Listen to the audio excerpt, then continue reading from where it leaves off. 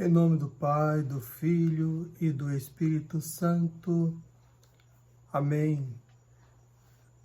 No Evangelho de hoje, que está aqui na descrição do vídeo, nós encontramos Jesus prestes a tomar uma decisão. E Jesus, quando ele vai tomar grandes decisões, ele sempre se retira para rezar. Não era incomum Jesus se retirar para rezar, mas quando ele precisava tomar uma grande decisão, isso era registrado e está aqui nos evangelhos, existe esse registro de quando ele se retira. Jesus procura um lugar alto, a montanha. Ele sobe a montanha para ali passar a noite em vigília de oração. Na liturgia, o altar da Santa Missa representa esse lugar alto, representa a montanha, representa essa saída que nós precisamos fazer em determinados momentos para o encontro com Deus, para estar a sós com Deus. Qual é a grande decisão que Jesus precisa então tomar neste evangelho, nesse episódio?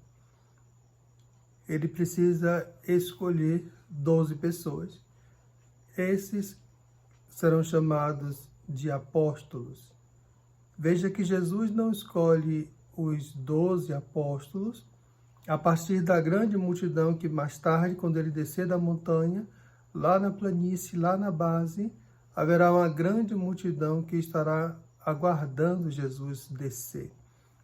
Ele escolhe entre os seus discípulos.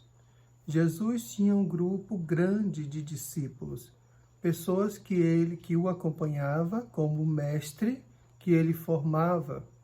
E dentre aqueles, Jesus escolhe 12 para ser seus apóstolos, ou seja, para começar a organizar ali a igreja.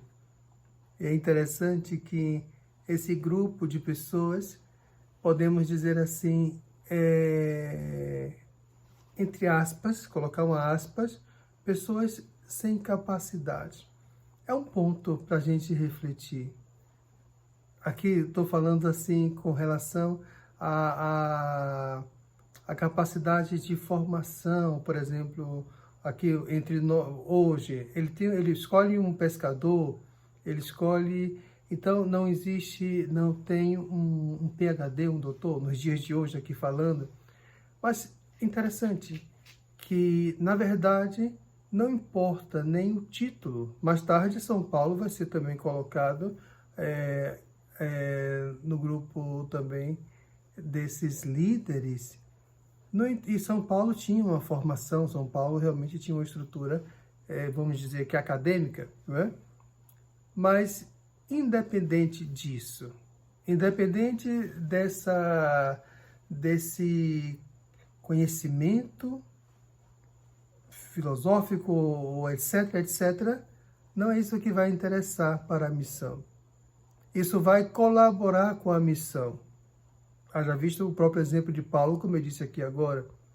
Mas, no fundo, todos aqueles que se dedicam a propagar a palavra, a propagar a mensagem, precisa ter muito cuidado, porque não pode anunciar outra coisa senão o próprio Cristo. E se as muitas teorias e esvaziar a mensagem do Evangelho, isso já não vai ser de nenhuma serventia para o projeto de instauração do reino. Então, quero olhar aqui, é uma análise que eu faço para a gente partilhar aqui essa meditação. Jesus, ao escolher pessoas simples, ele diz que também quer, dali em diante, pessoas simples. Quem são as pessoas simples? São aquelas que têm um coração humilde.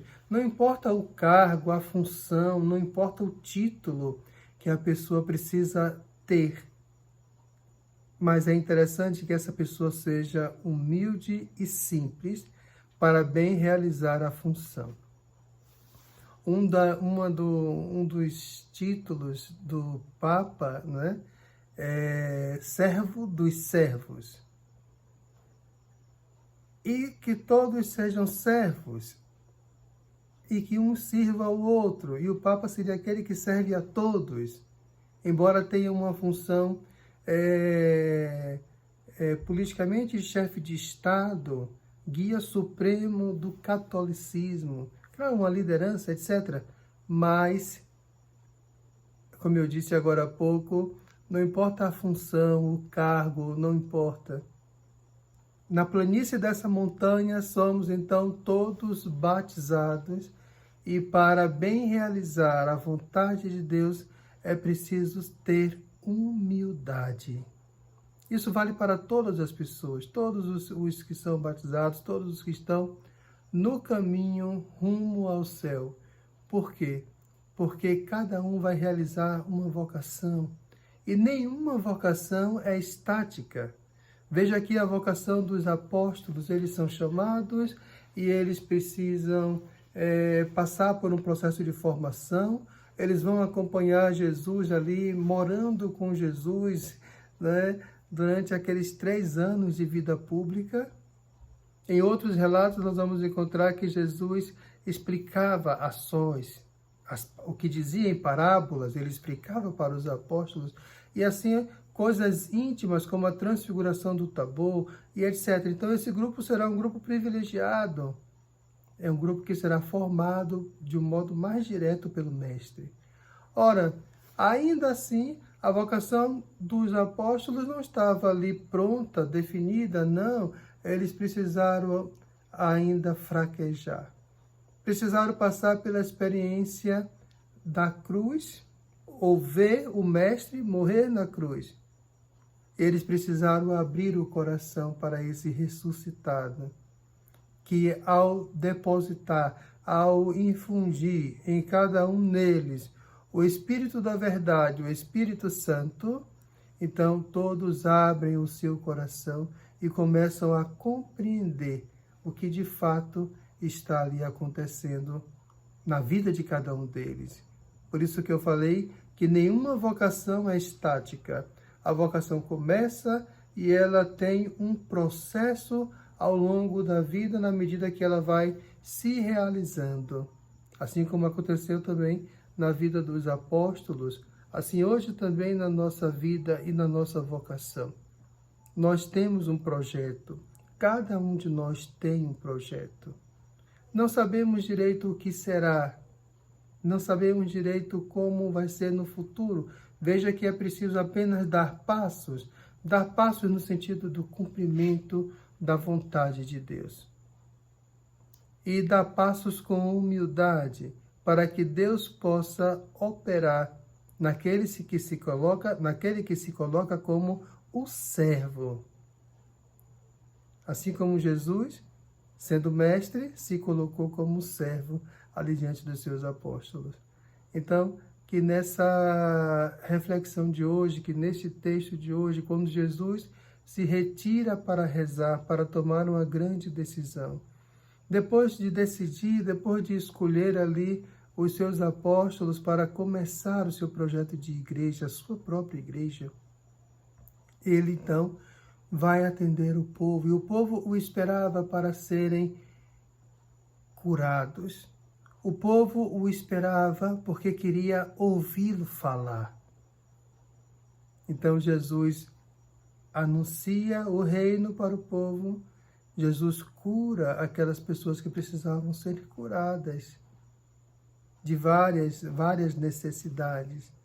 Mas é interessante que esse processo de cura, podemos também entender que por trás das curas físicas que Jesus fez, claro que tem uma interpretação teológica, exegética sobre essas curas, mas aqui eu queria fazer uma analogia, aliás, não seria uma analogia, fazer uma leitura sobre essas curas. Se a cura é um resolver especificamente um problema, uma situação.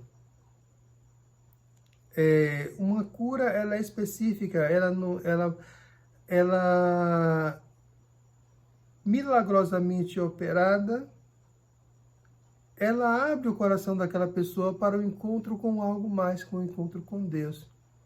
A cura é sempre um processo aliás, ela poderá ser um processo de início de conversão. Então, quando isso acontece, eu também já vi situações onde a pessoa foi curada fisicamente, no entanto, ela continuou fazendo besteira. Mas quando isso acontece, quando a pessoa se permite usufruir dos frutos da graça, quando Deus vem ao nosso encontro e nos cura, nos toca e nos ama, também posso chamar isso de amor, é porque Ele quer nos levar para junto dEle, para o céu, para o bem. Então, quando Jesus desce da montanha, Ele salva aqueles que estavam ali.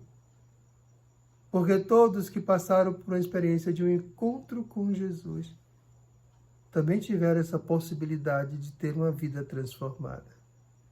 Que Deus nos abençoe. Em nome do Pai, do Filho e do Espírito Santo. Compartilhe esse vídeo. Obrigado, agradeço pela sua colaboração. Também assim estaremos evangelizando e você também está evangelizando desse jeito.